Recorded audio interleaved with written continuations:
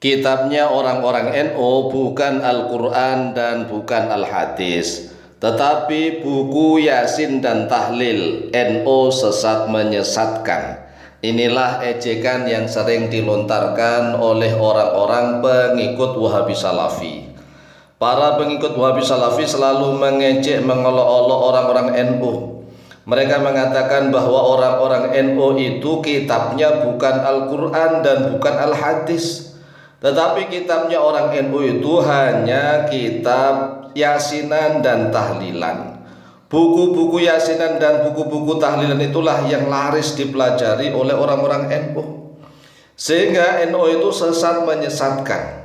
Karena di mana-mana, di kampung-kampung, di desa-desa, di kota-kota, di kantor-kantor, di pabrik-pabrik, yang beredar hanyalah buku-buku Yasinan dan Tahlilan. Tidak ada mengajarkan Al-Quran dan hadis, sehingga orang-orang NU sesat menyesatkan.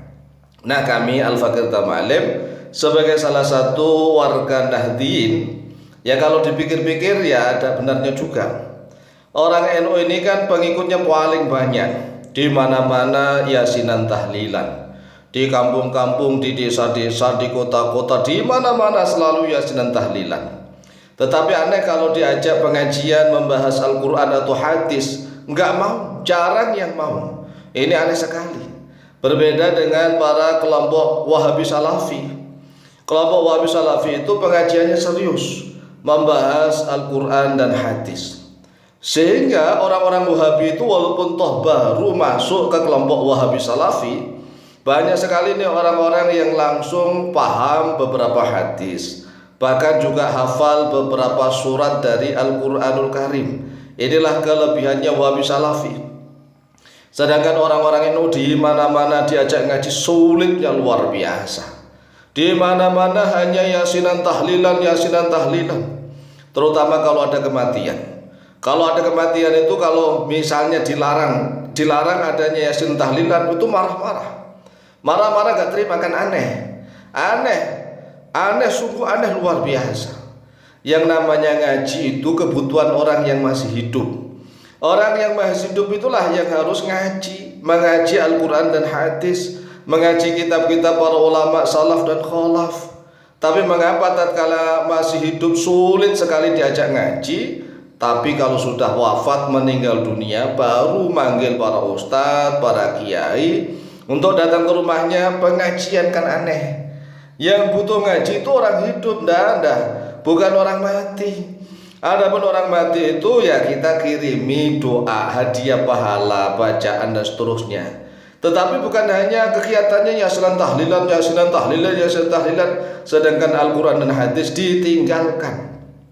Oleh sebab itulah, kalau misalnya orang-orang NU diolok-olok oleh Wahabi Salafi, olok-olok ini Wahabi Salafi mengolok-olok kitabnya orang-orang NU itu bukan Quran hadis, tetapi kitabnya orang itu hanya buku-buku panduan Yasinan Tahlilan. Ya kalau dipikir benar juga. Wong kami sendiri kalau dakwah kemana-mana itu ngajak orang NU ngaji sulitnya luar biasa.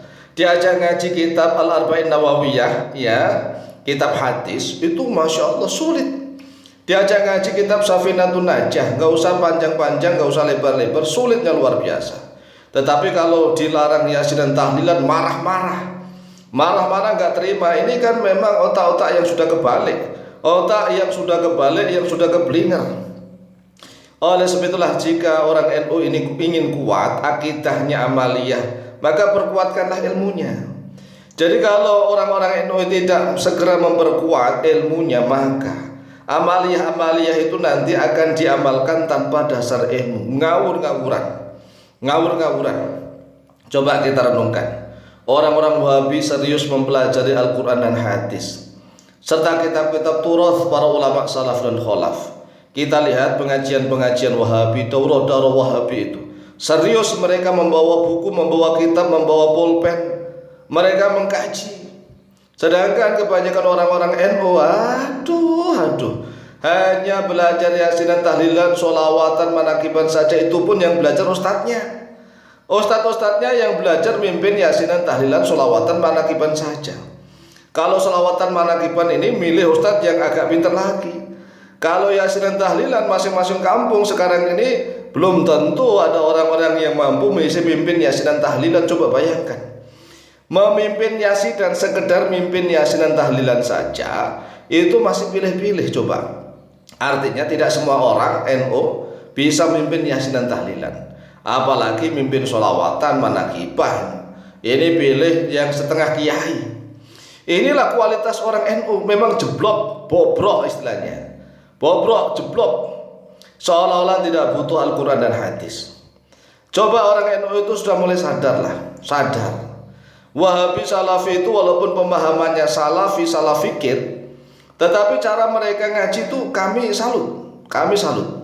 Walaupun mereka ini salah fikir itu salah memahami Quran hadis, seringkali mereka salah memahami Quran hadis, sehingga pemahaman mereka membingungkan. Tetapi cara mereka berdakwah mendidik ini sangat bagus, serius sekali.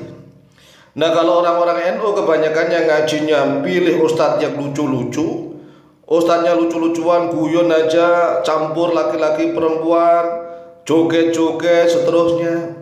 Kegiatan setiap hari hanya yasin tahlilan, bahkan yang dibaca yasin tahlilan itu bukan Arabnya, bukan kalimat-kalimat Arabnya, tetapi buku yasin tahlilan itu kan ada tulisan Latinnya, yang dibaca Latinnya. Coba bayangkan, kita itu malu kita sebagai orang-orang NU itu malu. Tapi ya itulah kenyataan orang itu kalau diajak ngaji sulitnya luar biasa, seolah-olah kesetanan. Setan itu kalau diajak pengajian pasti kepanasan.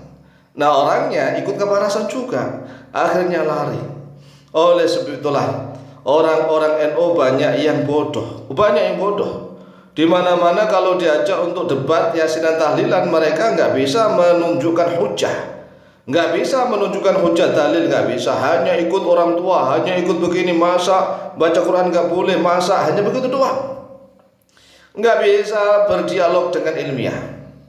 Sedangkan para pengikut Wahabi dalam waktu sekejap saja mereka sudah mampu menguasai beberapa hadis dan hafal beberapa surat dari Al-Quran Karim. Inilah yang menjadikan kami itu iri. Terus terang kami iri. Kok bisa ya Wahabi? Ya memang mereka itu bisa menjustis orang salah, kita yang paling benar. Sedangkan dakwahnya NU kan tidak menjustis, hanya mengajak orang, ayolah ngaji, kita ngaji Quran hadis, ngaji dengan mendalam, pelajari nahwu shorof, kita ngaji. Nggak harus menjustis sana salah sini sana kita paling benar, enggak. Kalau Wahabi akan laris, mereka menjustis yang lain salah. Pokoknya Wahabi lah, tafsir Wahabi, pemikiran Wahabi yang benar, sehingga banyak orang yang semangat untuk mengikuti Wahabi. Nah, ini mudah-mudahan warga Nahdien dan Nahdiyat sadar sesadar-sadarnya sehingga mau ngaji secara serius. Demikian, semoga bermanfaat. Wallahu ta'ala a'lam bishawab.